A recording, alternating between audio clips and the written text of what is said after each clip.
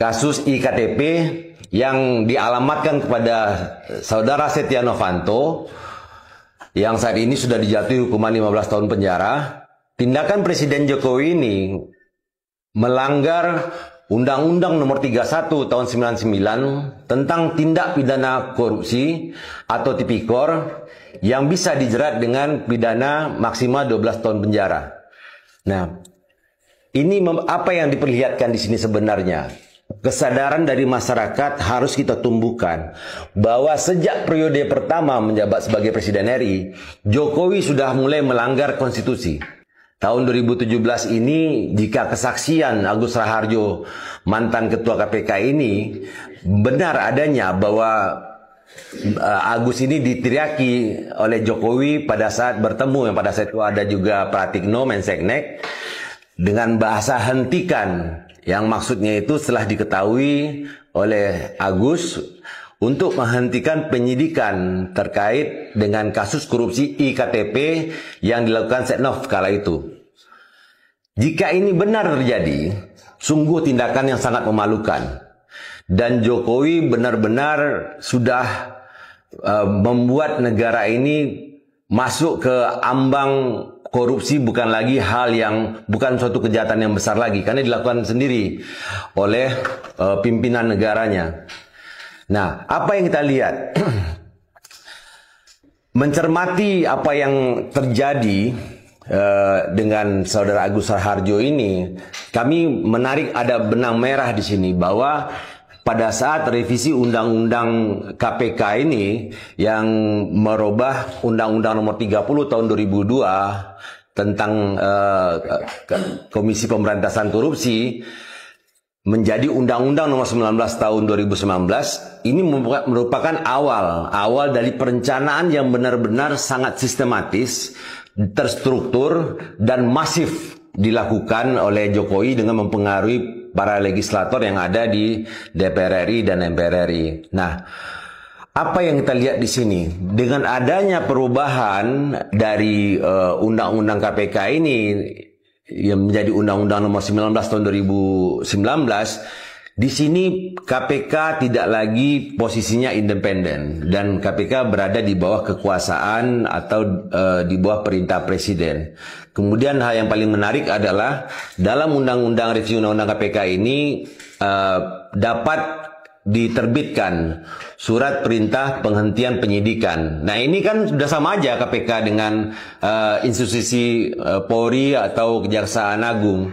Jadi tidak ada bedanya lagi. Dulu kita berharap ide timbulnya KPK ini yang digagas oleh Presiden Megawati agar pemberantasan korupsi, pencegahan ya terutama, itu bisa dilakukan dengan signifikan pasca reformasi. Karena apa yang dulu para kawan-kawan aktivis 98 teriakan bahwa korupsi merajalela, harga-harga tidak terkendali, kemudian duit fungsi ABRI. Nah, sekarang yang kembali marak adalah tindakan korupsi, kolusi, dan nepotisme. Dan ini diperlihatkan oleh Jokowi sebagai pemimpin negara.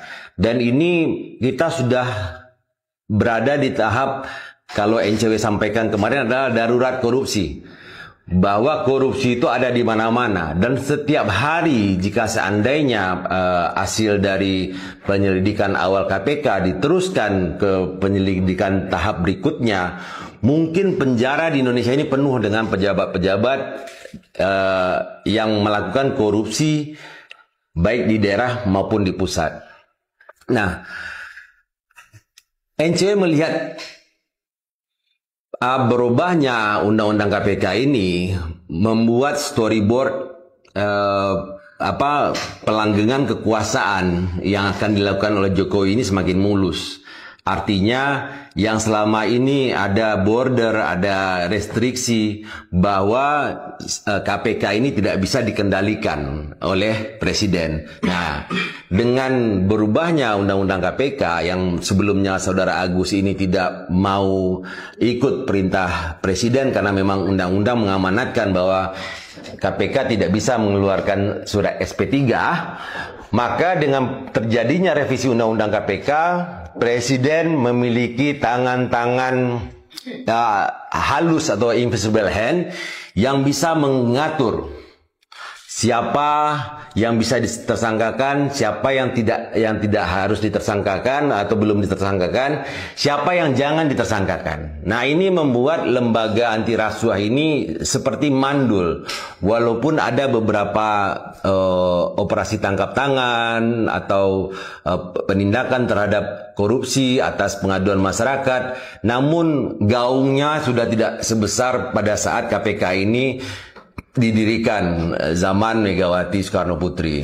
Nah, di mana kami melihat bahwa rekayasa atau rangkaian dari KKN versi pemilu 2024 ini kami sampaikan hari ini karena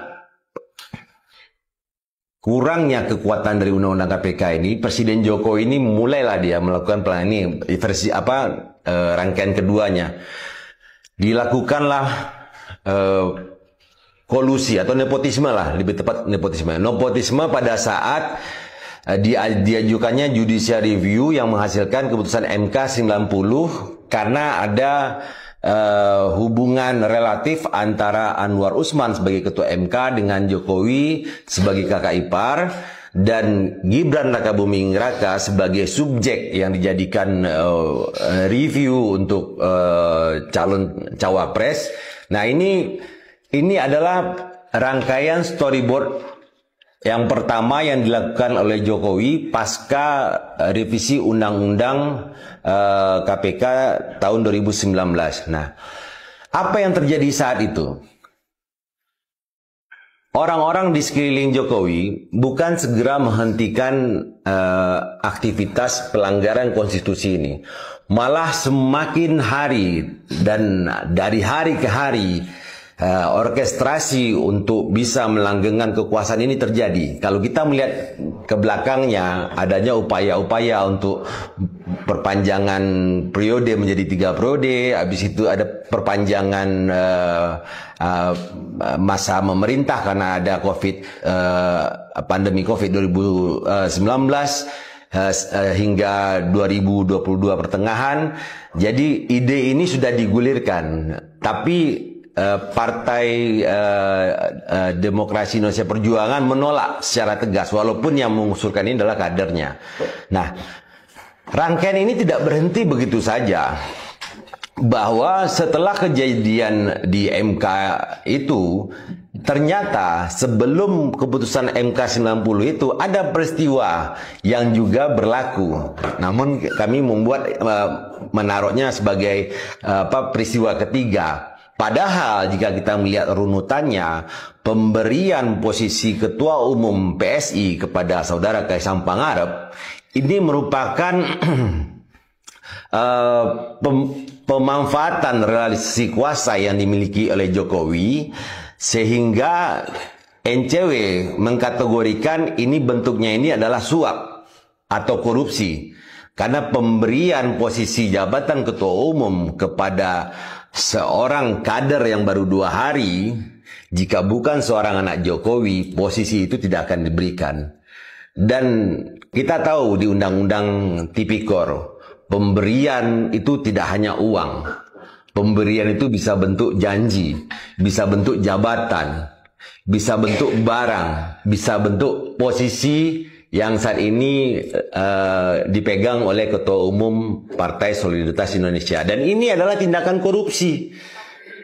Nah, kami meminta sebenarnya apa yang sudah berlaku di MK, apa yang terjadi kooptasi PSI oleh Jokowi, karena kenapa keyakinan kami di NCW ini semakin kuat bahwa ini adalah bentuk gratifikasi, dan dengan kekuatan realisasi kuasa jadilah Kaisang Pangarep ini Ketua Umum PSI. Ini aparat penegak hukum ini harus segera bertindak. Kami tidak tahu lagi harus bicara seperti apa, berulang-ulang dan berulang kali menyampaikan bahwa ini tindakan melanggar konstitusi yang paling berat yang pernah dilakukan oleh Presiden Republik Indonesia.